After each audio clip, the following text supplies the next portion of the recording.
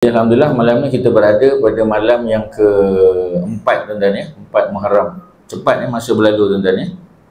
Jadi Ustaz nak kongsi dengan tuan-tuan ya, satu doa yang biasa dibaca oleh Nabi pada setiap permulaan bulan baru lah ya. Bulan baru ni maknanya semua bulan lah ya, bukan bulan Muharram saja.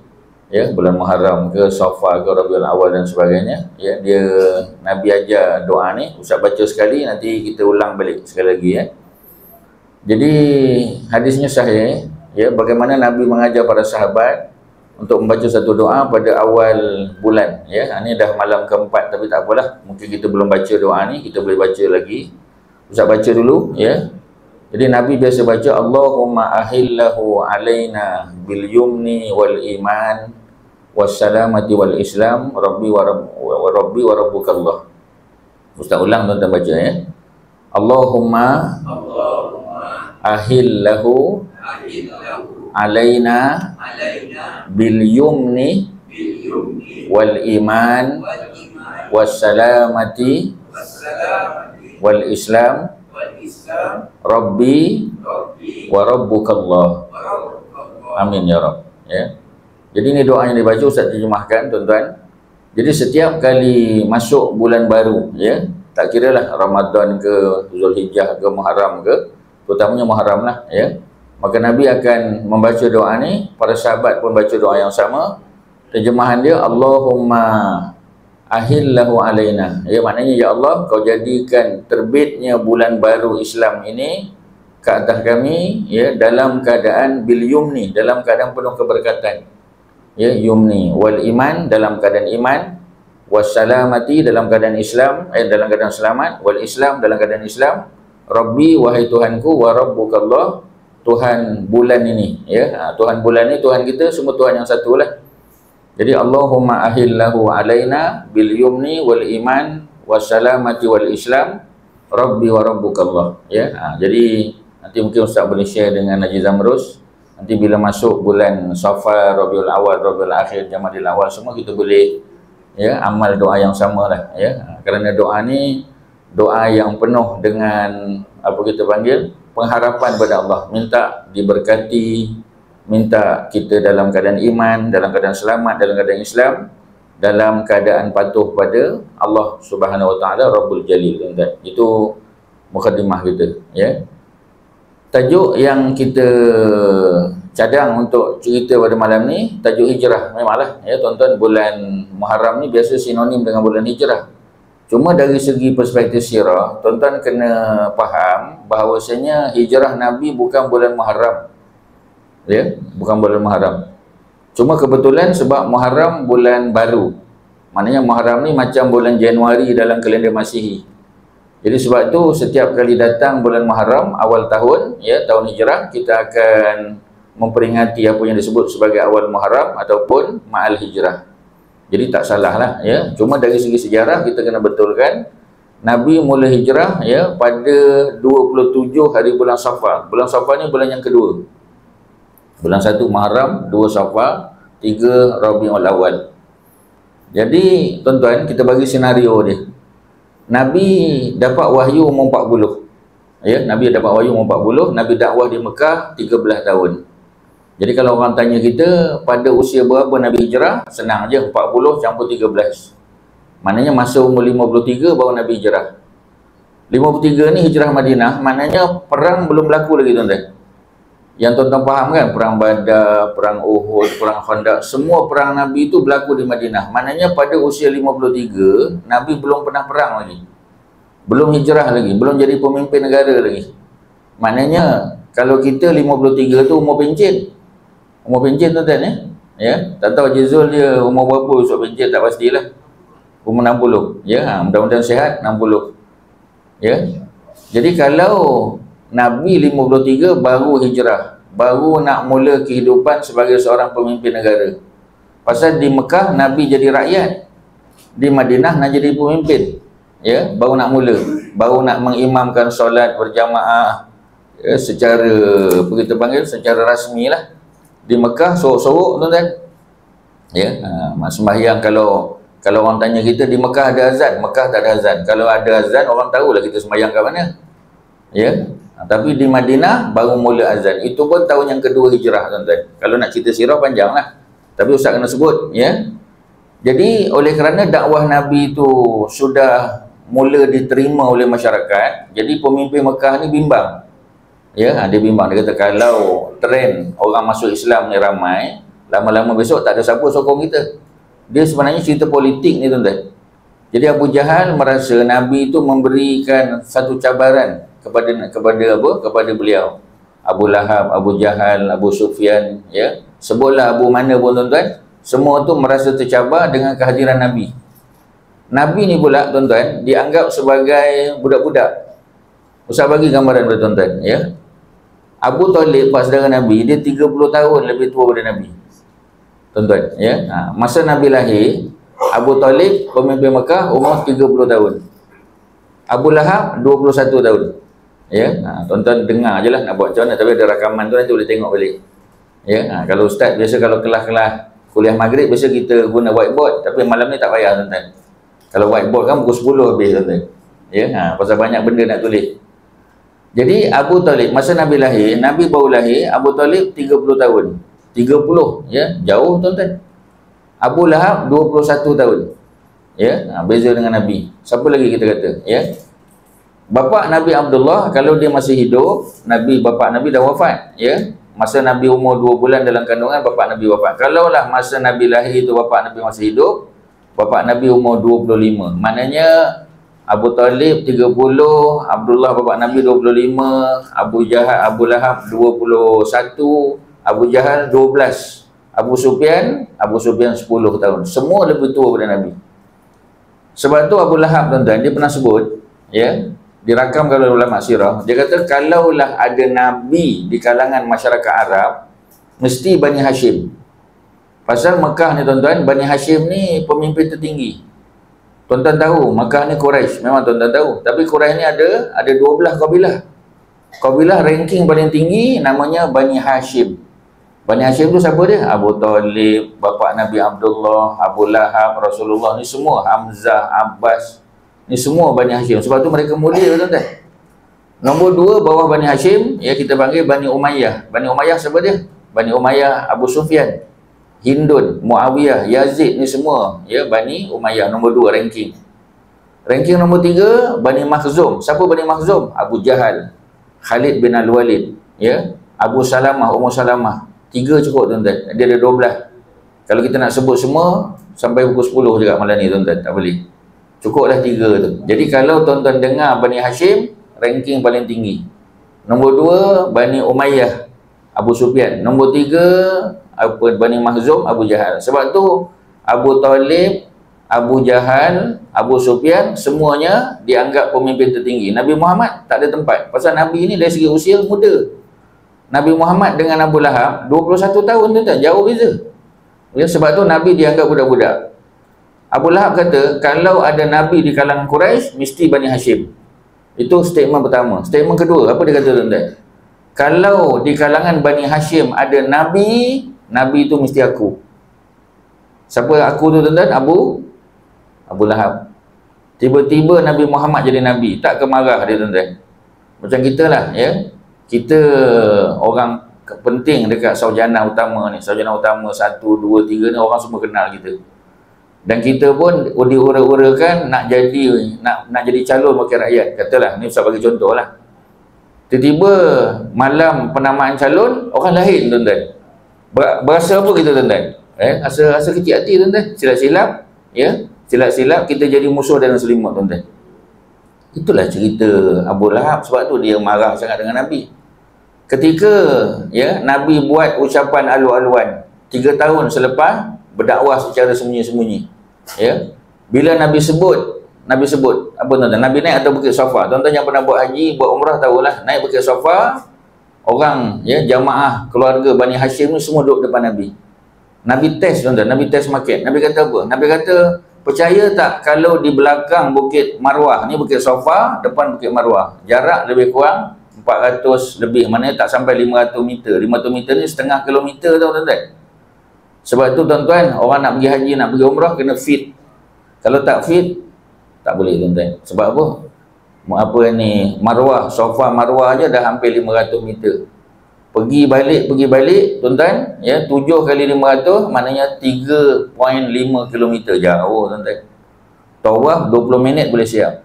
Tapi kalau sa'i memang sejam lebih tuan-tuan, sejam 20 minit, sejam setengah kadang-kadang. Kalau orang ramai lagi tuan-tuan, hampir 2 jam boleh jadi. Ya, memang nak kena ada tenaga, kalau tidak tak boleh pergi. Nabi test. Nabi kata, tuan-tuan, percaya tak ya ma'syarul Quraisy? Ya, wahai orang Quraisy, percaya tak kalau aku bagi tahu di belakang Bukit Marwah tu ada musuh yang nak serang kamu? Percaya ke tak? Semua kata kami percaya. Ya, sadaqta ya Muhammad. Kami percaya engkau. Kerana engkau tak pernah tipu, tak pernah menipu, tak pernah bohong, tak pernah cakap loya buruk, tak pernah tuan-tuan. Nabi ni, ya, dia panggil direct to the point aja. Ya, straightforward, tak ada kelok-kelok, tak ada tuan-tuan. Orang percaya. Jadi bila orang dah percaya, Nabi pun kata, tujuan aku kumpulkan kamu pada hari ini semata-mata untuk bagi tahu aku ni Rasul. Ana Nabiyullah wa ana Rasulullah. Bila dengar je tuan-tuan, semua orang, ya, macam pelik lah. Ya, ini ketujuan Muhammad panggil kita. Jadi Abu Jahal, ya, Abu Lahab. Abu Jahal tak ada pada masa tu sebab keluarga Nabi, ya. Abu Lahab pun cakap, tabban laka ya Muhammad, celaka engkau Muhammad. Nabi orang yang tidak membalas tuduhan orang. Bila orang ejek Nabi, Nabi tak balas tuan-tuan. Ya, kalau kita jangan tuan-tuan, ya. Kadang kita bawa Honda Accord, ya, ada kancil buruk potong bagi kita dah. Oi, hot tuan-tuan. Potong balik kawan tu, bagi horn 5 kali. Ya. Itu belum buka tingkap angkat tangan lagi. Angkat tangan bukan Assalamualaikum Haji Zamrus, ya. Angkat tangan tu bagi isyarat. Isyarat apa tak tahu, isyarat lucah. Tu kita tuan-tuan. Nabi tak jawab. Sehingga Allah turunkan ayat apa tuan-tuan? Surah Al-Masad. Apa dia? Tabbat yada abi lahabi wa ta'ala. Itulah surah yang turun untuk memberitahu, ya, Abu Lahab ni mula dipanggil Abu Lahab, itulah peristiwa dia tuan-tuan. Celaka kedua tangan Abu Lahab, ya, dan celaka seluruh tubuh Abu Lahab. Jadi nak bagi tahu Nabi, ya, mula kita panggil ditolak dakwah tu tadilah selepas Nabi dakwah secara terang-terang. Sampailah tahun yang ke-13 tuan-tuan, orang Quraisy berkumpul untuk buat keputusan. Dalam suratul Anfal disebut bagaimana orang Quraisy merancang untuk tangkap dan bunuh Nabi tuan-tuan. Ini cerita hijrah. Apa dah boleh cerita hijrah? Jadi hijrah Nabi tu kerana Nabi nak dibunuh tuan-tuan. Cuba tuan-tuan tengok, ya, Nabi Musa. Pasal apa Nabi Musa hijrah? Kerana dia nak dibunuh. Pasal apa Nabi Ibrahim hijrah daripada Iraq, ya, ke Palestin? Kerana beliau dijatuhkan hukuman bakar hidup. Ya, kecuali mereka yang apa kita panggil yang bukan Nabi Rasul. Tu tak. Tapi Nabi Rasul memang hijrah bila diperintah. Termasuk Nabi Muhammad kerana dijatuhkan hukuman bunuh. Ya, Quran sebut wa iz yamkuru bikal ladzina, ya, wa iz yamkuru bikal ladzina kafaru. Ingatlah wahai Muhammad ketika mana, ya, orang kafir Quraisy berkumpul liusbituka, nak tangkap kamu, ya, au yaqtuluka, nak bunuh kamu, au satu lagi au yukhrijuka, ataupun nak halau kamu keluar daripada Mekah. Wa yamkuruna wa yamkurullah, mereka merancang untuk bunuh Nabi, untuk tangkap Nabi, ya, wallahu khairul makirin, Allah gagalkan dan Allah lah sebaik-baik perancang, penggagal, ya, perancangan orang jahat. Jadi bila turun ayat ni, maka Nabi tahu Allah telah perintah Nabi hijrah tuan-tuan. Ya, jadi sebab tu Nabi keluar daripada rumah. Keputusan Dewan Undangan Negeri Mekah pada 26 Safar tuan-tuan. Ya, 26 Safar Dewan Undangan Negeri Mekah buat keputusan Muhammad kena tangkap, kena bunuh. Pada 27 malam tu, tenggelam matahari malam 27, macam siang tadi. Macam siang tadi 3 Muharram, ni malam ni 4. Sebab kalender Islam mula daripada tenggelam matahari. Apa yang berlaku tuan-tuan? Ya, Abu Jahal, Abu Lahab, ya, semua kuncu-kuncu mereka ni tuan-tuan kepung rumah Nabi, ya, pada malam 27 Safar. Kepung rumah Nabi itu pakai pedang. Mana nak buat apa tuan-tuan? Takkan nak buat apa kita panggil lawatan hormat ke Nabi dah, nak bunuh Nabi. Maka Allah perintah Nabi untuk keluar dan Nabi baca ayat 9 surah Yasin. Ya, ni ayat ni popular ni tuan-tuan. Tuan-tuan biasa kalau nak balik kampung, nak elak kena perangkap, ya, nak elak JPJ trafik, tuan akan baca ayat ni tuan-tuan, ayat 9. Semua orang tahu ayat ni. Ya, apa ayat dia? Wa ja'alna min baini aydihim sadda wa min khalfihim sadda fa aghshaynahum fa hum la yubsirun. Ya, Allah kata kami jadikan di hadapan kau wahai Muhammad satu hijab, di belakang kau pun hijab, ya, sehingga orang Quraisy, ya, mereka buta, tak dapat nampak Nabi, fa'aghshaynahum fahum la yubsirun, sehingga mereka tak nampak Nabi. Mereka keluar, ya, mereka duduk di luar, Nabi keluar depan mereka, mereka tak nampak. Malah dalam kitab sirah disebut, Nabi ambil tanah, Nabi letak di atas kepala semua, ya, ketua kaum yang sedang kepung rumah Nabi. Mereka tertidur sampai pagi. Bila mereka serbu masuk rumah Nabi, Ali yang duduk dalam rumah di tempat tidur Nabi, tuan-tuan. Dia tahu dah Nabi dah terlepas. Jadi Ustaz nak bagi tahu tuan-tuan, ayat ni ayat 9 surah Yasin. Tuan-tuan baca bila rumah tuan-tuan kena kepung, bila orang jahat kepung tuan-tuan. Tapi bila JPJ dengan polis trafik kepung, tuan-tuan jangan baca. Pasal kita baca ketika dikepung musuh. JPJ bukan musuh tuan-tuan. Jadi tuan-tuan boleh baca tapi salah tempat. Macam tuan-tuan masuk tandas baca doa makan. Boleh tak? Tak berdosa, tapi tak kenalah. Ya, nak masuk tandas baca doa masuk tandas, nak keluar baca doa keluar, nak makan baca doa makan, masuk kereta baca doa naik kenderaan. Macam itulah tuan-tuan. Jadi waja'alna tu baca bila tuan-tuan berhadapan dengan musuh, bukan berhadapan dengan polis trafik ataupun JPJ. Itu salah tempat tuan-tuan. Ya, kalau tuan-tuan buat juga, tuan-tuan dipanggil penunggang agama tuan-tuan. Ya, menggunakan ayat Quran bukan pada tempat dia. Ya, mudah aja cerita ni. Okey, selesai. Jadi Nabi pun keluar bersama Abu Bakar menuju ke Gua Sur. Tuan-tuan, Nabi sembunyi di Gua Sur 3 hari 3 malam. Ketika Nabi keluar, ya, Imam Jalaluddin As-Suyuti sebut, Nabi tengok Mekah dengan pandangan sayu, tuan-tuan. Nabi pernah keluar berniaga, tetapi Nabi tak pernah tinggalkan Mekah, ya, untuk selama-lamanya, tak ada, tuan-tuan. Jadi Nabi keluar ke Gua Sur, Nabi pandang, ya, Abu Bakar tengok Nabi, sebab Nabi dengan Abu Bakar berdua pada malam tu. Nabi pun sebut pada kota Mekah, Nabi kata, innaki ahabbu biladi ilallah, ya. Innaki ahabbu biladillahi ilayya. Mekah, sesungguhnya engkau adalah bumi Allah yang paling aku sayang. Ya.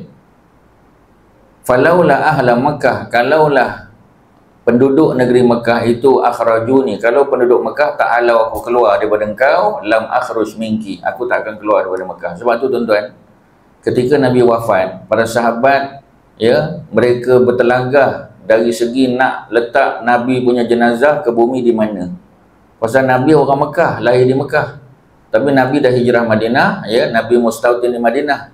Bila Nabi wafat di Madinah, adakah Nabi nak dihantar balik ke Mekah ataupun ke bumi di Madinah? Kalau ke bumi di Madinah, di mana? Di Baqi' ke, di rumah Nabi wafat ke, atau di mana? Sebab itu jenazah Nabi ni lambat dikebumikan, tuan-tuan. Kerana para sahabat, ya, Abu Bakar, Umar, ya, Abbas dan semuanya, tuan-tuan, menunggu macam mana kita nak buat untuk Nabi. Dan akhirnya kita tahu keputusannya, Nabi dikebumikan di tempat sendiri. Mana tempat Nabi wafat, di situ Nabi dikebumikan. Para ulama fiqh buat kaedah, kita kalau meninggal di Saujana Utama, kebumi di Saujana Utama. Kalau kita meninggal di Kuala Kedah, kebumi di Kuala Kedah. Sebab itu orang yang apa kita panggil, ya, dia buat wasiat untuk dikebumikan di suatu tempat, wasiat tak terpakai, tuan-tuan. Wasiat harta terpakai, wasiat amanah terpakai, tapi wasiat di mana dikebumikan tak terpakai. Ya, Ustaz boleh bagi contoh, tuan-tuan. Datuk Dr. Harundin contoh, ya. Datuk Dr. Harundin almarhum, beliau orang Perlis. Ya, belajar di Azhar University, master PhD di Cairo University di Mesir. Bila balik Malaysia, beliau ditawarkan bekerja di UKM. Di UKM kat mana, tuan-tuan? Di Bangi, duduk di Bangi, beli rumah di Bangi. Ya. Pernah sakit jantung banyak kali, tuan-tuan. Pernah masuk IJN, Institut Jantung Negara. Ya, pernah di hospital, beberapa hospital di Kuala Lumpur. Tetapi ketika, ya, dia punya masalah makin kronik, maka doktor pakar minta dia pergi ke San Francisco, tuan-tuan, di Amerika Syarikat. Ya, dibedah di sana, dirawat, tapi Allah takdirkan dia meninggal di sana. Sebelum meninggal, tuan-tuan, ya, Datuk Harundin sebut pada anak-anak dia, kalau bapak meninggal di sini, ke bumi di sini. Kerana apa, tuan-tuan? Kerana Nabi ketika wafat di Madinah, bawa balik Mekah tak? Tak balik Mekah, tuan-tuan. Dikebumikan di Madinah juga. Cuma Nabi special dikebumikan di rumah Aisyah, tempat Nabi wafat. Sedangkan baqi' sebelah tu saja. Kalau orang biasa duduk di baqi' lah, ya. Maknanya macam tu. Jadi di sini kita tahu tuan-tuan, ya, kalau kita hijrah besok, hijrah daripada bumi ni, alam dunia ni ke alam barzah, kita hijrah ke tempat yang paling dekat. Maknanya kalau kita meninggal kalau kita orang Paijaras tapi meninggal di mana, kita kata meninggal di Kedah, ke bumi di Kedah, jangan bawa balik, tak perlu tuan-tuan. Ya, kalaulah jenazah tu boleh dibawa balik, dah tentu jenazah Nabi dibawa balik ke Mekah. Kerana Mekah jauh lebih mulia. Satu solat fardu di Mekah sama dengan 100,000 kali ganda. Kalau di Madinah, satu solat fardu sama dengan 1000. Mana mulia tuan-tuan? Mekah, Madinah? Mekah lagi mulia. Pasal apa jenazah Nabi tak dibawa balik? Kerana semua Nabi dan Rasul, termasuk kita, kalau kita meninggal di tempat kita duduk, maka ke bumi di situ. Kalau kita meninggal di tempat orang lain, ke bumi di tempat orang lain. Pasal itulah kaedah dia tuan-tuan. Tetapi tuan-tuan kalau ingat, ada seorang ustaz kita daripada Kampung Baru, Ustaz almarhum juga, Fadli Yamani. Ustaz Fadli Yamani ni tuan-tuan, ya, dia apa kita panggil, belajar di Yaman. Balik ke Malaysia, buka pondok di Kampung Baru tuan-tuan, mengajar. Jadi satu hari ada satu syarikat travel agency offer dia untuk bawa jamaah pergi ke China. Pergi ke China tuan-tuan. Allah takdirkan sampai di China meninggal, ya. Jadi kalau meninggal di San Francisco, Datuk Dr. Harudin ke bumi di San Francisco. Kalau meninggal di China, ke bumi di China lah tuan-tuan. Tapi tak boleh ke bumi di China. Kerana polisi kerajaan China, ya, apa ni Haji Zamrus? Polisi kerajaan China, dia tak benarkan orang asing ke bumi di China tuan-tuan. Itu negara sosialis komunis, dia tak bagi. Jadi jenazah terpaksa bawa balik ke Kuala Lumpur, ya, ke bumi di Kuala Lumpur tuan-tuan. Maknanya ada juga kadang-kadang ke bumi di tempat lain, bukan di tempat kematian, kerana polisi. Macam itulah tuan-tuan. Ya, yang pastinya la tadri nafsun bi ayyi ardin tamut. Tidak ada orang yang tahu di bumi mana dia mati. Dah lah kita tak tahu mati di mana tuan-tuan, ya. Ke bumi di mana pun kita tak tahu. Ya. Ustaz Fadli Yamani meninggal di China tapi tak ke bumi di China. Balik Kuala Lumpur. Dr. Harudin meninggal di San Francisco, Amerika, ke bumi di sana. Maknanya bila Quran kata kamu tidak tahu, ya, hijrah kamu besok daripada alam dunia ke alam barzah ke mana, kita tak tahu tuan-tuan. Itu rahsia Allah. Balik ke malam sembunyi di Gua Sur, kerana orang Mekah kalau ada orang yang hilang, mereka akan cari search and rescue 3 hari je tuan-tuan. Kalau dalam masa 3 hari tak jumpa, dia anggap macam meninggal. Ya, macam MH apa tu, ya. MH apa 173 ke tuan-tuan, ya, yang ditembak oleh apa di Ukraine tuan-tuan. Tuan-tuan pun tahu cerita. Ya. Macam mana nak dikira meninggal tu berapa lama? Kalau dalam mazhab Syafi'i tuan-tuan sampai umur 63 tuan-tuan. Baru kira, baru nak kira dia punya takaful dia. Lama tuan-tuan. Mazhab Malik pun 2 tahun tuan-tuan. Selepas peristiwa kalau hilang, katalah orang pergi laut, ya, nelayan tak balik 2 tahun, ya, Imam Malik kata baru boleh kira dia punya isteri tu dah jadi balu lah, ya, anak-anak jadi yatim. Kalau tidak, kita masih bagi peluang 2 tahun, lama 2 tahun, ya. Kalau dalam mazhab Syafi'i lagi lama tuan-tuan. Tapi dalam mahkamah kita, mahkamah syariah kita tuan-tuan, bila mana hakim kata meninggal, maka meninggal. Dah boleh claim insurans takaful lah. Jadi macam tu kaedah dia tuan-tuan, ya. Jadi Nabi 3 hari 3 malam Nabi sembunyi, hari keempat baru Nabi keluar. Pendekkan cerita tuan-tuan, masa kita tak panjang. Nabi sampai di Madinah. Nabi tak masuk Madinah terus, Nabi masuk Quba. Pasal Mekah Selatan. Orang Mekah nak pergi Madinah, dia akan masuk ikut Quba dulu. Daripada Quba baru pergi utara, baru sampai ke Madinah. Jadi Nabi duduk di Quba sementara menunggu para sahabat yang belum sampai, termasuk Sayyidina Ali. Setelah mereka sampai, baru Nabi bersama-sama hijrah ke bumi Madinah. Maksudnya ke Masjid Nabawi sekarang lah. Ya, sebab itu kalau orang tanya kita, ya, masjid pertama yang Nabi bina masjid mana tuan-tuan? Bukan Masjid Nabawi, Masjid Quba. Sebab Nabi transit di Quba dulu 5 hari 5 malam. Nabi duduk di Quba 5 hari 4 malam. Nabi buat Masjid Quba dulu. Kemudian baru Nabi masuk ke Madinah, baru bina Masjid Nabawi tuan-tuan. Sebab tu Masjid Quba masjid pertama, Masjid Nabawi masjid yang kedua. Okey tuan-tuan, ya, cerita hijrah yang apa kita panggil, yang berkait ni apa nak sebut. Secara umum hijrah adalah perpindahan.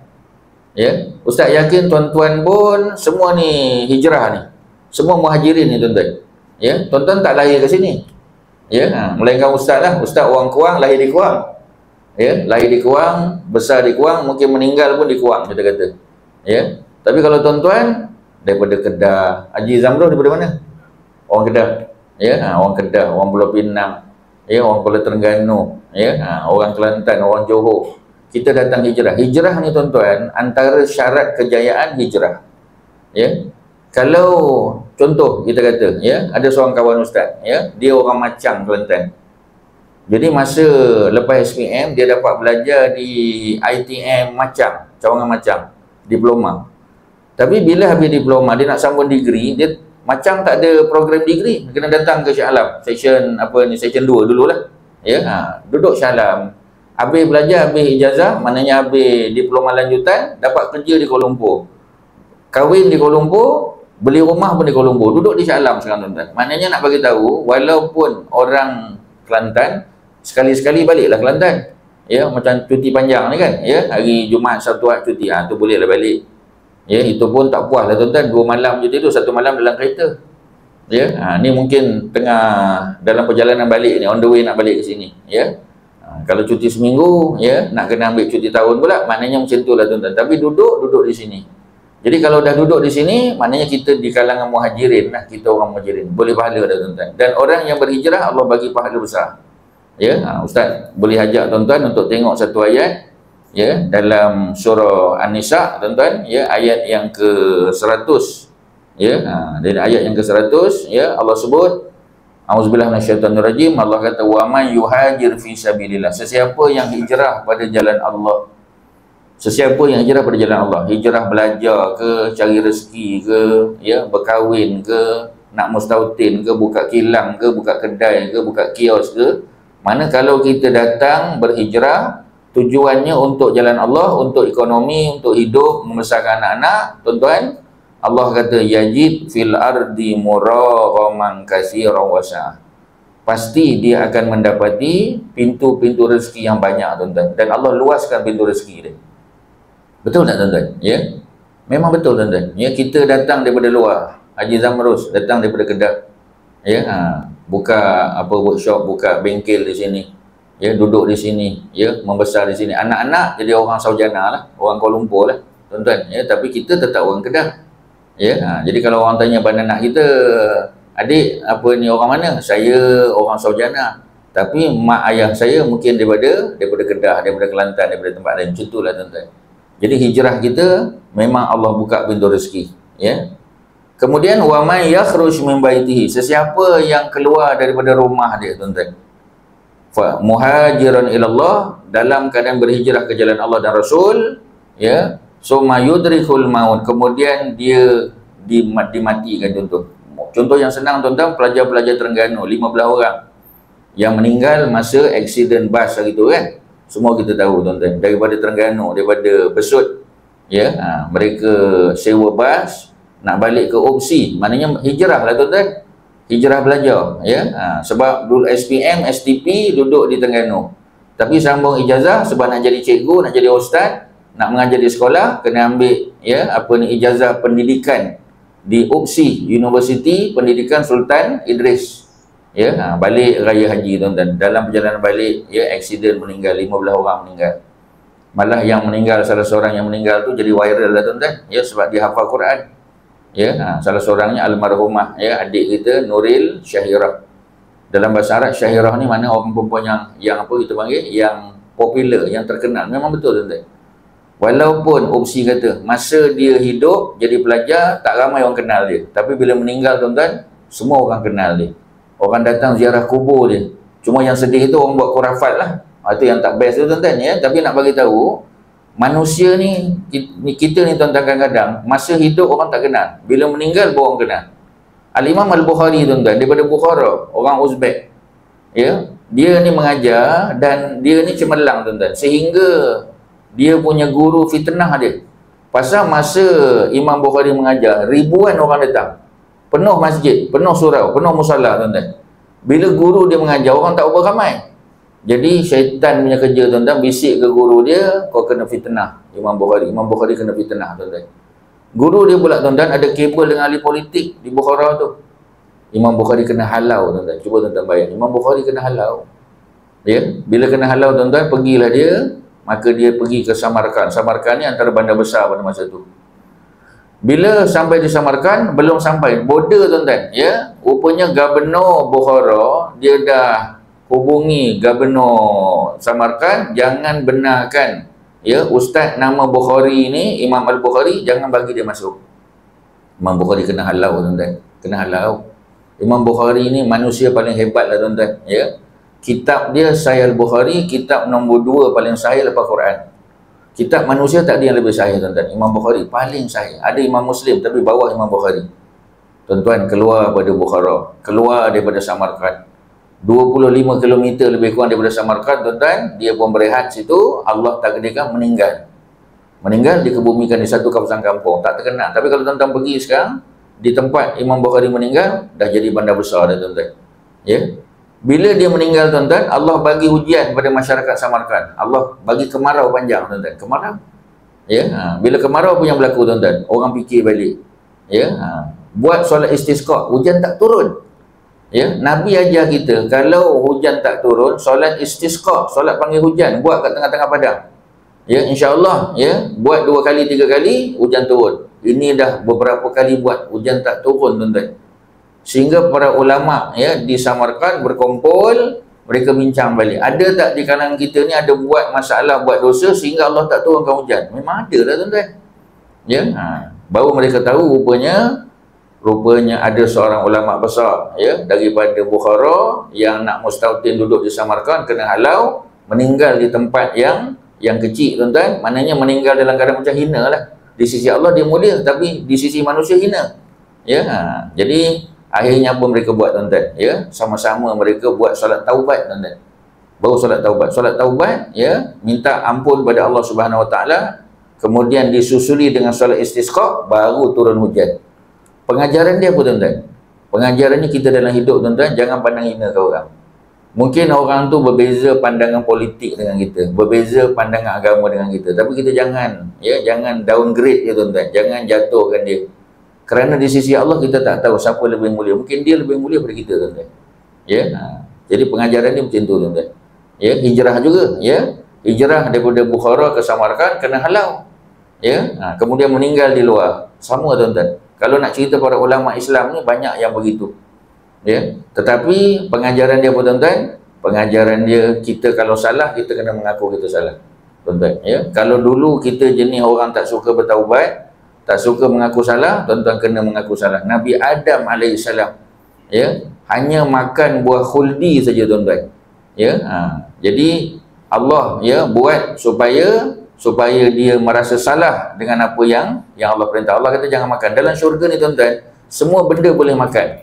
Cuma Allah uji dia. Allah kata la taqraba hazihi syajarah. Jangan kau dekat dengan pokok ni. Kau dan isteri jangan makan. Itu je tuan-tuan, ya. Yang lain tak ada masalah. Tetapi dengan bisikan syaitan makan juga tuan-tuan.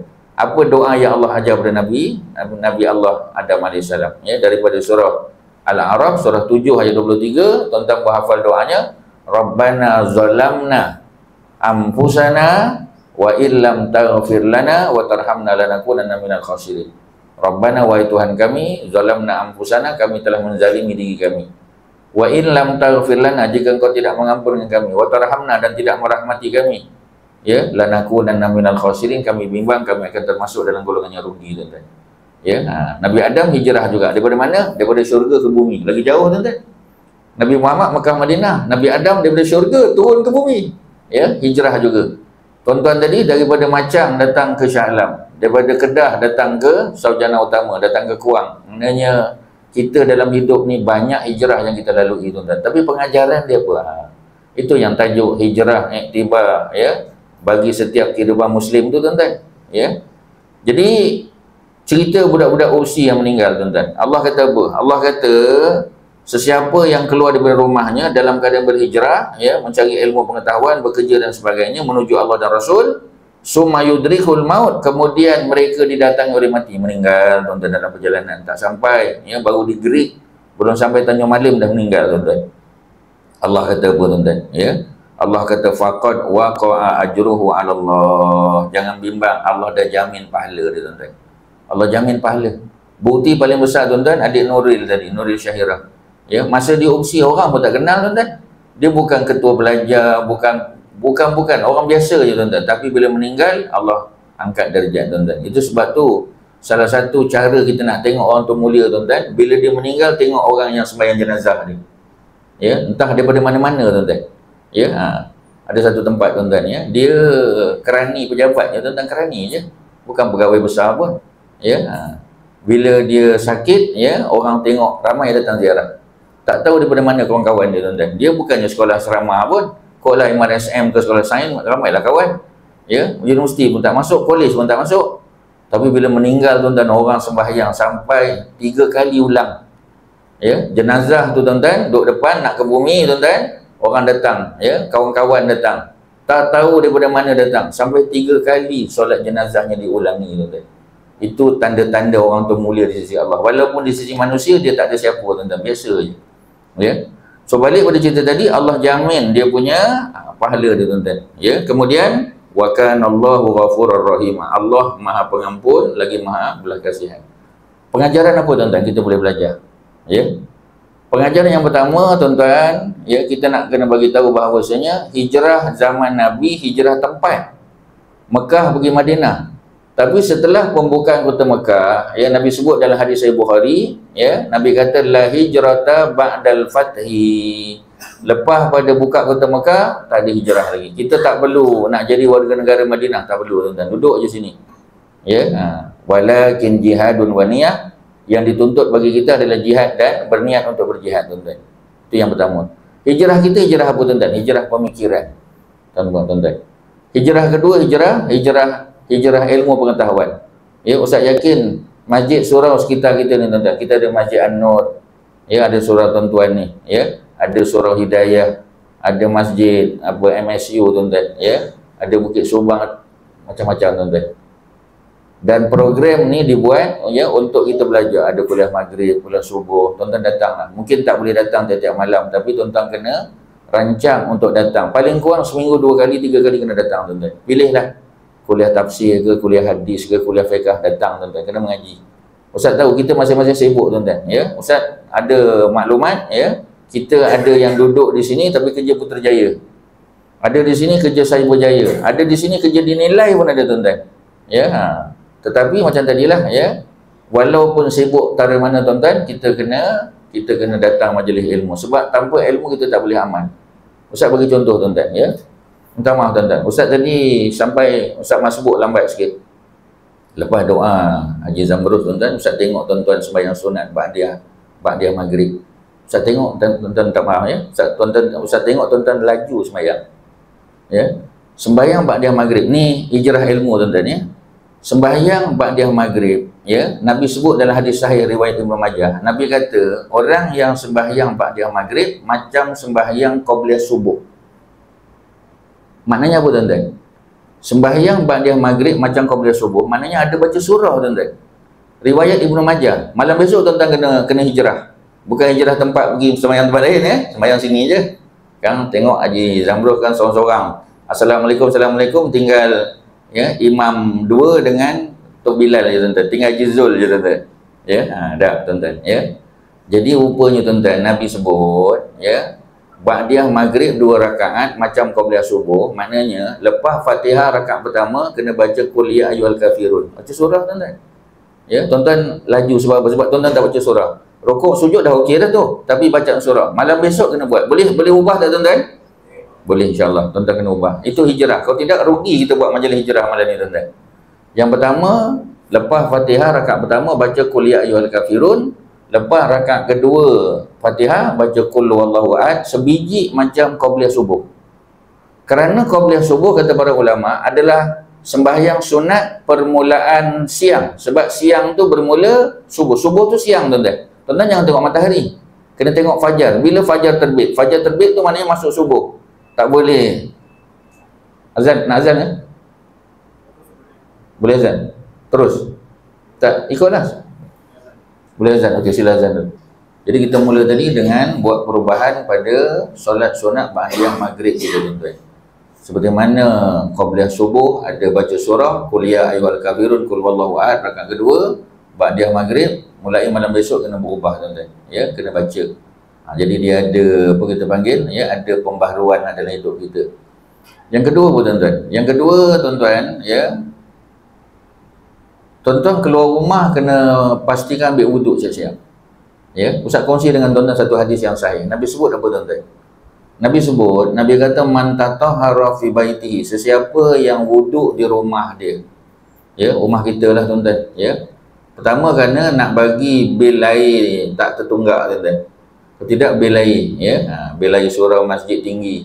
Ya. Jadi untuk kurangkan bil air itu masing-masing ambil wuduk di rumah. Itu dari segi pengurusan lah.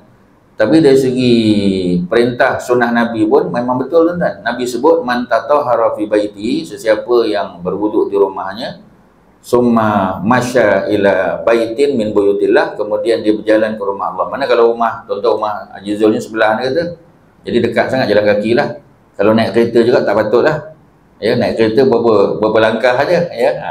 Tapi kalau orang duduk jauh, macam Ustaz datang malam ni, Ustaz kena naik kereta dah, tuan-tuan. Kalau Ustaz jalan kaki macam Haji Zul, pukul 10 sampai. Ya, daripada kurang tu, tuan-tuan. Ya. Jadi orang keluar rumah, ambil wuduk siap-siap. Bila berjalan, kalau kita berjalan ke masjid, ke surau, ke rumah Allah, Allah buat apa, tuan-tuan? Nabi kata, ya, kanat khutwatahu, 2 langkah kaki dia tu. Yang pertama, ya, tahutu khati'atan, Allah hapuskan dosa dia, tuan-tuan. Langkah pertama tu Allah dah hapus dosa dah. Yang kedua apa, tuan-tuan? Tarfa'u darajatan, Allah angkat darjat di sisi Allah. Jadi kalau tuan-tuan nak dapat pengampunan dosa secara mudah je, tuan-tuan ambil wuduk kat rumah. Kita keluar, tuan-tuan, keluar rumah jangan lupa baca doa keluar rumah. Doa keluar rumah apa, tuan-tuan? Bismillahi tawakkaltu 'ala Allah. La haula wala quwata illa billah. Semua kita hafal tapi kita tak amal. Tuan-tuan, kita kena amal. Pasal apa, tuan-tuan? Ya, ini hijrah amal. Bismillahi, dengan nama Allah. Tawakkaltu 'ala Allah, aku tawakal serah pada Allah. La haula wala quwata illa billah, tidak ada daya dan upaya melainkan yang dibagi oleh Allah. Tuan-tuan, Nabi sebut, hadisnya sahih juga, tuan-tuan. Sesiapa yang keluar rumah, ya, tadi dah ambil wuduk siap dah, Allah ampun dosa, ya. Setiap titisan wuduk tu Allah ampun dosa. Berjalan ke surau, ke masjid, Allah ampun dosa lagi. Langkah kedua, Allah angkat darjat di sisi Allah di syurga besok. Nombor 2, tuan-tuan, keluar rumah, Bismillahi tawakkaltu 'ala Allah, la haula wala quwata illa billah. 3, tuan-tuan. Nabi kata orang yang baca bismillah je, tuan-tuan, dengan nama Allah, bila dia baca je, tuan-tuan, apa jadi, tuan-tuan? Ya, yang pertama Allah bagi hidayah, hudita, ada malaikat doa pada kita, engkau telah diberi petunjuk, insya-Allah tak sesat, tuan-tuan. Yang kedua, ya, tawakkaltu 'ala Allah disebut, apa lagi, tuan-tuan? Disebut, ya, yang kedua disebut apa? Wuqita, engkau telah dipelihara. Ya, hudita, ya, wa wuqita, ya. Nombor 2 di apa kita panggil? Dicukupkan, kufita. Ya, nombor 2 dicukupkan keperluan. Nombor 3, ya, la haula wala quwata illa billah, Allah protect kita, tuan-tuan. Ya, yang pertama Allah bagi hidayah, petunjuk, jangan sesat. Yang kedua, ya, Allah cukupkan keperluan kita pada hari itu. Kita nak apa hari ini, tuan-tuan? Allah cukupkan keperluan. Ya, satu kes, tuan-tuan, ya, semalam di hari Jumaat baru ni, Ustaz tazkirah di Masjid Nurul Yakin di Seri Kundang, tuan-tuan, dekat Tasik tu. Ya, ada seorang kawan, tuan-tuan, dia cerita. Dia kata, saya Ustaz ni lepas Jumaat tu dia cerita. Dia kata, tuan-tuan, lepas Jumaat dia memang rancang nak makan nasi ayam. Tapi sebab masa dalam perjalanan tu tengok jam tu dah dekat Zohor, dia kata kalau makan lambat, ya, maka dia tak makan lah. Ya, dia kata insya-Allah lepas Jumaat nak makan. Dia cerita. Ya, dia cerita kat ustaz tu minggu lepas lah, tapi dia kes tu berlaku minggu sebelum tu.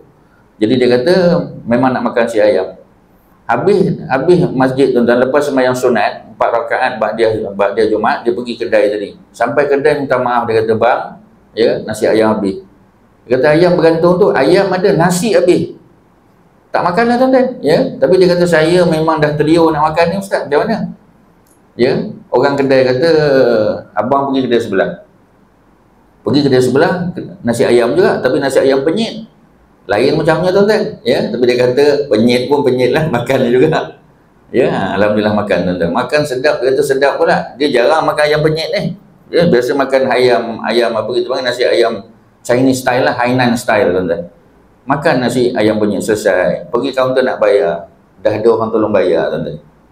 Ya, sebab tu kita ni tuan-tuan, Allah sebut la tadri nafsun maza taksibu ghadan. Tak ada orang tahu lepas ni. Macam kita tuan-tuan, ya. Kita dah rancang nak makan nasi ayam tadi. Tiba-tiba nasi ayam habis. Ayam ada, nasi ayam pula habis. Kemudian pergi kedai sebelah, terpaksa makan. Dia nasi ayam Hainan tak ada, tapi yang ada nasi ayam penyit. Makanlah juga tuan-tuan. Sedap, alhamdulillah. Nak pergi bayar, dah ada orang bayar. Siapa yang tahu tuan-tuan? Macam tadi Ustaz sebut, Datuk Dr. Harudin. Pernah tak dia terfikir orang Perlis belajar di Mesir, ya, kerja di UKM Bangi, tiba-tiba meninggal di tak pernah terfikir tuan-tuan. Tapi ini semua perancangan Allah. Sebab tu dalam hidup ni tuan-tuan, kita buat persediaan saja. Ya, dan ibadah ni macam-macam tuan-tuan. Ambil wuduk sebelum keluar rumah selesai. Baca bismillah tawakkaltu 'ala Allah la haula wala quwwata illa billah. Jangan lupa tuan-tuan. Setiap perbuatan baik yang dimulai, yang tidak dimulai dengan bismillah, dia tak dapat rahmat Allah. Kullu amrin zibalin la yubda bi bismillah fa huwa abtar. Setiap pekerjaan yang baik yang tidak dimulai dengan bismillah, maka dia terpotong dari rahmat Allah. Allah tak bagi rahmat tuan-tuan. Makan kenyang, sendawa 3 kali, tapi dengar azan malah nak solat tuan-tuan. Perut kenyang dah, ya. Maknanya apa tuan-tuan? Maknanya makanan tak berkat. Pasal bismillah tak baca. Tetapi tuan-tuan, bukan sentiasa baca bismillahirrahmanirrahim, ya. Ni ilmu baru tuan-tuan. Saya nak bagi tahu kepada tuan-tuan. Sebab Nabi tak kata bismillahirrahmanirrahim. Nabi kata bismillah. Kemudian sambung macam keluar rumah. Keluar rumah baca bismillahirrahmanirrahim. Dah. Keluar rumah bismillahi tawakkaltu 'ala Allah la haula wala quwwata illa billah. Macam tuan-tuan menyembelih. Ustaz dia tegur satu tempat tuan-tuan. Ya, dia jemput Ustaz datang. Ya, bagi tazkirah sikit. Kemudian masa nak menyembelih, dia sebut bismillahirrahmanirrahim. Makruh tuan-tuan. Sebab ketika kita sembelih binatang, kita tak boleh sebut Ar-Rahman Ar-Rahim. Ya, Nabi larang tuan-tuan. Walaupun larangan tu bukannya larangan haram, tapi dia makruh. Sembelih binatang, bismillahi Allahu Akbar. Lain pula tuan-tuan. Dia bukan sama tuan-tuan. Bukan semua ni kita bedal Ar-Rahman Ar-Rahim. Dah. Mana kena mengaji tuan-tuan. Ya, sebab tu bila kita datang mengaji, kita dengar, oh, rupanya sembelih ni bismillahi Allahu Akbar. Sebab tu kadang kita sembelih daging keras tuan-tuan. Masak pun dengan pekerja cooker pun tak lembut juga. Pasal apa? Trik, teknik, ya, yang diamal oleh Nabi, kita tak buat. Pasal tu tak jadi tuan-tuan. Bismillahi Allahu Akbar. Ya, kalau kita tawaf bismillahi wallahu akbar, lain tuan-tuan. Semua bismillah tetapi bacaannya lain-lain. Ya, jadi mana kena mengaji tuan-tuan. So jadi hijrah ni mudah-mudahan kita duduk di awal 4 hari bulan Muharram. Paling kurang tuan-tuan, ambil ya iktibar besar apa dia tuan-tuan, kita ubah kita punya apa kita panggil ya level of knowledge kita tuan-tuan. Tahap ilmu kita upgrade tuan-tuan. Sekarang ni nak mengaji bukan susah tuan-tuan ya. Macam kita hari ni. Dulu kalau tak datang kuliah, tak datang fizikal, tak ada kuliah tuan-tuan. Tapi sekarang ada Facebook Live. Ada TikToker pun ada depan ni tuan-tuan. Ya, Haji Zul ni ya. Jadi maknanya nak bagi tahu, orang yang tak boleh datang pun alhamdulillah boleh dengar. Ada rakaman pula, boleh tengok balik. Sebab tu ustaz tak bimbang nak tulis sebab apa tuan-tuan? Tuan-tuan boleh dengar balik. Ada rakaman ya. Tuan-tuan boleh tahu apa baca. Surah mana nak baca, ayat berapa, ya, doa apa tuan-tuan, tak ada masalah, boleh. Sikit lagi tuan-tuan sebelum kita tamat. Sebab tadi pengerusi kata berhenti lepas isyak, boleh sambung lepas isyak, sambung sikit. Sambung sikit tu tak tahu berapa lama tuan-tuan. Ya, sikit tu 15 minit ke, 20 minit ke tuan-tuan ya. Ustaz sampai pukul 10 pun boleh, takut tuan-tuan lah tak cukup tenaga nak duduk tuan-tuan. Ya. Dia senang aja tuan-tuan, tengok. Tuan-tuan punya duduk tu bersila berapa kali tukar kaki. Ke kanan, ke kiri, ke depan, ke belakang. Atau maknanya tu tanda-tanda apa? Tanda-tanda akhir zaman tuan-tuan. Ya, tu cerita ni. Tak apa, sikit lagi tuan-tuan. Ya. Kalau tuan-tuan ada soalan, setakat ni tuan-tuan ada apa-apa nak tanya ke? Nak tanya Ustaz tolong jawab. Ada apa-apa soalan? Haji Zamrul ada soalan? Belum lagi ya. Orang lain ada apa-apa? Silakan. Tak ada apa ya. Jadi kalau tak ada apa, Ustaz terus saya lah ya. Tambah masa sikit tuan-tuan. Ya, ni masa kecederaan. Ya. Sebab kalau masa kecederaan tak masuk gol juga tuan-tuan, kena tambah masa lagi. Kalau tambah masa tak gol juga, penalti tuan-tuan. Ya. Jadi maknanya InsyaAllah sikit lagi tuan-tuan ya. Balik pada cerita tadi. Jadi apa yang Ustaz dah sebut tadi ya, tentang apa? Antaranya ialah kita jangan tinggal ba'diyah maghrib dengan surah kuliah dan kulu satu. Yang kedua tadi, keluar rumah tuan-tuan siap-siap ambil wuduk. Keluar pejabat pun sama tuan-tuan. Banyak orang tuan-tuan ya. Sebab balik 4.30. Asar kita dah lambat. Asar 4.45 tuan-tuan. Kalau tunggu asar di pejabat lambat. Ya, dia kata saya buat apa Ustaz? Dia kata saya ambil wuduk siap-siap. 4.30 saya pun punch out ya, apa kita panggil ya, punch card tu dia punch out, habis keluar start kereta masuk highway. Masuk highway tuan-tuan turun hujan lebat. Bila hujan lebat tuan-tuan ya, nak berhenti asar tu payah. Berhenti R&R tuan-tuan. Berhenti R&R tuan-tuan, ada parking tapi tak boleh nak masuk, hujan lebat sangat. Surau pun penuh orang ya, berjujuk tunggu nak masuk tuan-tuan. Kalau tuan-tuan ada wuduk, tuan-tuan boleh solat dalam kereta tuan-tuan. Cuma sembahyang fardu, tuan-tuan kena adjust lah sikit. Tuan-tuan kita boleh ada apps kiblat. Ya, tuan-tuan adjust kereta tuan-tuan menghadap kiblat, tuan-tuan solat tuan-tuan sah. Kadang tuan-tuan ada wuduk. Ya, cuba tuan-tuan bayang tak ada wuduk. Dia kata saya okey je Ustaz. Kalau tak ada wuduk saya ambil wuduk air hujan. Iyalah tu. Tak akan ada dia ambil wuduk air hujan dia tuan-tuan. Ya, dia kata kita boleh sembahyang hormat waktu. Sembahyang hormat waktu tuan-tuan kena qada balik. Sembahyang hormat waktu ni tuan-tuan, ulama buat kaedah untuk orang yang tak ada wuduk. Ya, sebab asar nak habis dah, tengok jam tuan-tuan 6.30.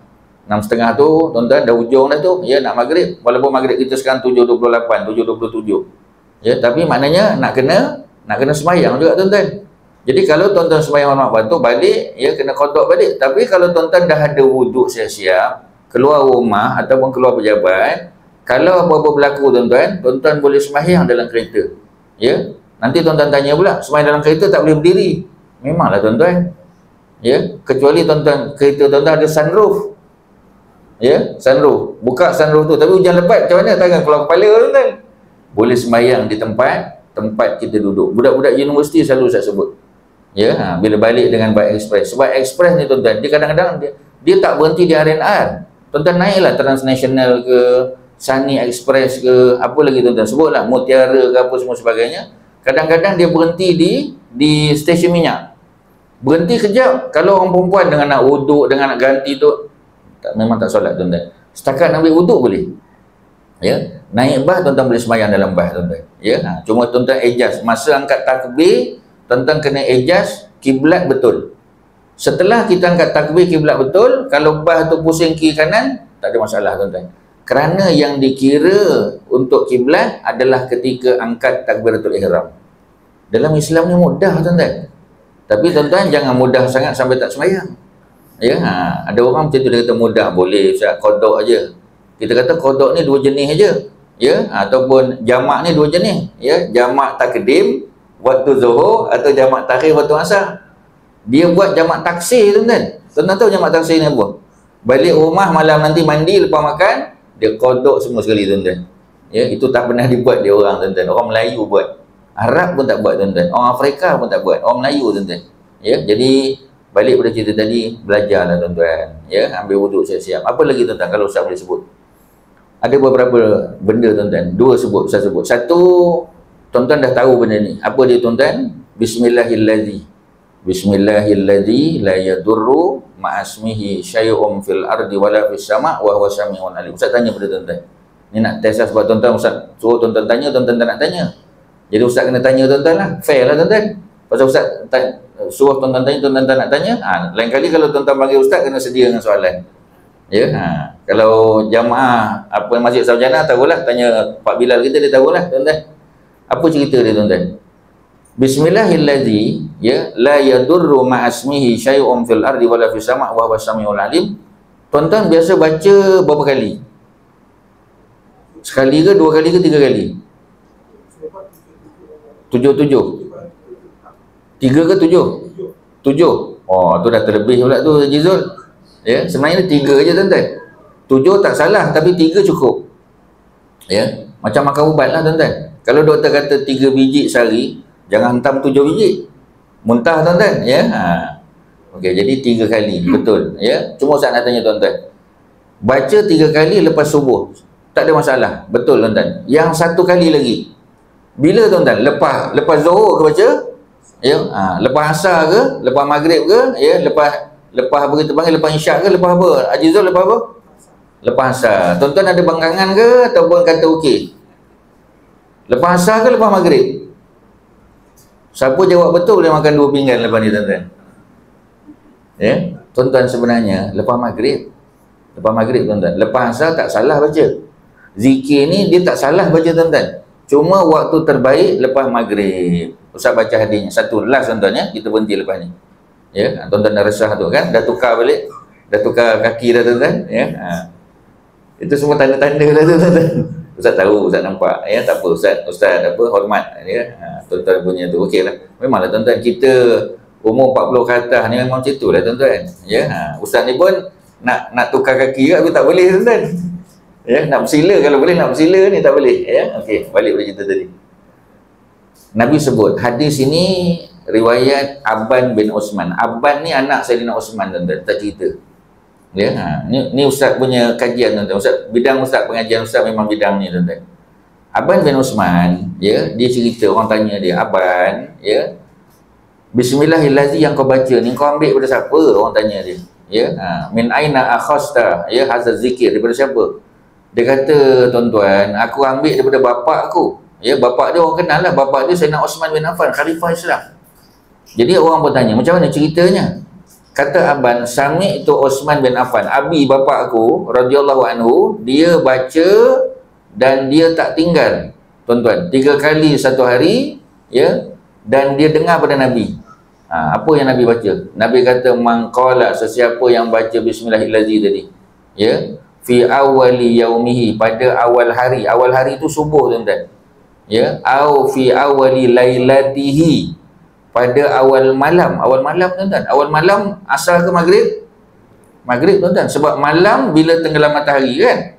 Ada hadis lain lagi tuan-tuan disebut, ya, pada awal, dia tak lari tuan-tuan. Pada awal siang lepas subuh, satu lagi pada awal malam. Awal malam bila tuan-tuan? Lepas Maghrib. Jadi kalau lepas Maghrib tuan-tuan jangan baca lepas Isyak. Walaupun tak salah, tapi hadis tu sebut sesiapa yang baca pada awal siang, pada awal pagi mana subuh, dan pada awal malam Maghrib tuan-tuan. Kalau tuan-tuan terlupa tak apalah. Tapi kalau tuan-tuan tak terlupa, kena baca waktu dia. Zikir ni tuan-tuan, dia ada bilangan, ada lafaz, dan juga ada timing dia. Kalau tuan-tuan nak dapat pahala besar, tuan-tuan kena ikut. Macam kita buka puasa, makan kurma kan? Semua makan kurma. Tapi makan kurma bukan sebiji aja ya. Kita makan kurma biji tuan-tuan, 3 tuan-tuan. Kalau tuan-tuan rasa lapar lagi, tuan-tuan tambah bilangan ganjil. 3. Kalau 3 tak kenyang, 5. Kalau 5 tak kenyang, 7. Kalau 7 tak kenyang, itu menterdarah dah namanya tuan-tuan. Maknanya nak bagi tahu, dia ada bilangan. Dia bukannya suka-suka hati. Tak tuan-tuan. Nabi ni, dia adalah contoh teladan terbaik tuan-tuan. Cara Nabi minum, cara Nabi makan, ya, cara Nabi berjalan, cara Nabi tidur malam. Kalau nak cerita panjang ni memang kena ada sesi kedua, ketiga, keempat dan kelima dah tuan-tuan. Tak boleh satu sesi malam tuan-tuan nak suruh ustaz ajar semua tak mampu tuan-tuan. Ini kita touch and go, orang putih kata tuan-tuan. Ya, nasib baik touch and go. Kalau smart tech lagi laju tuan-tuan. Nasib baik ustaz touch and go, ya. Okey, apa dia ceritanya?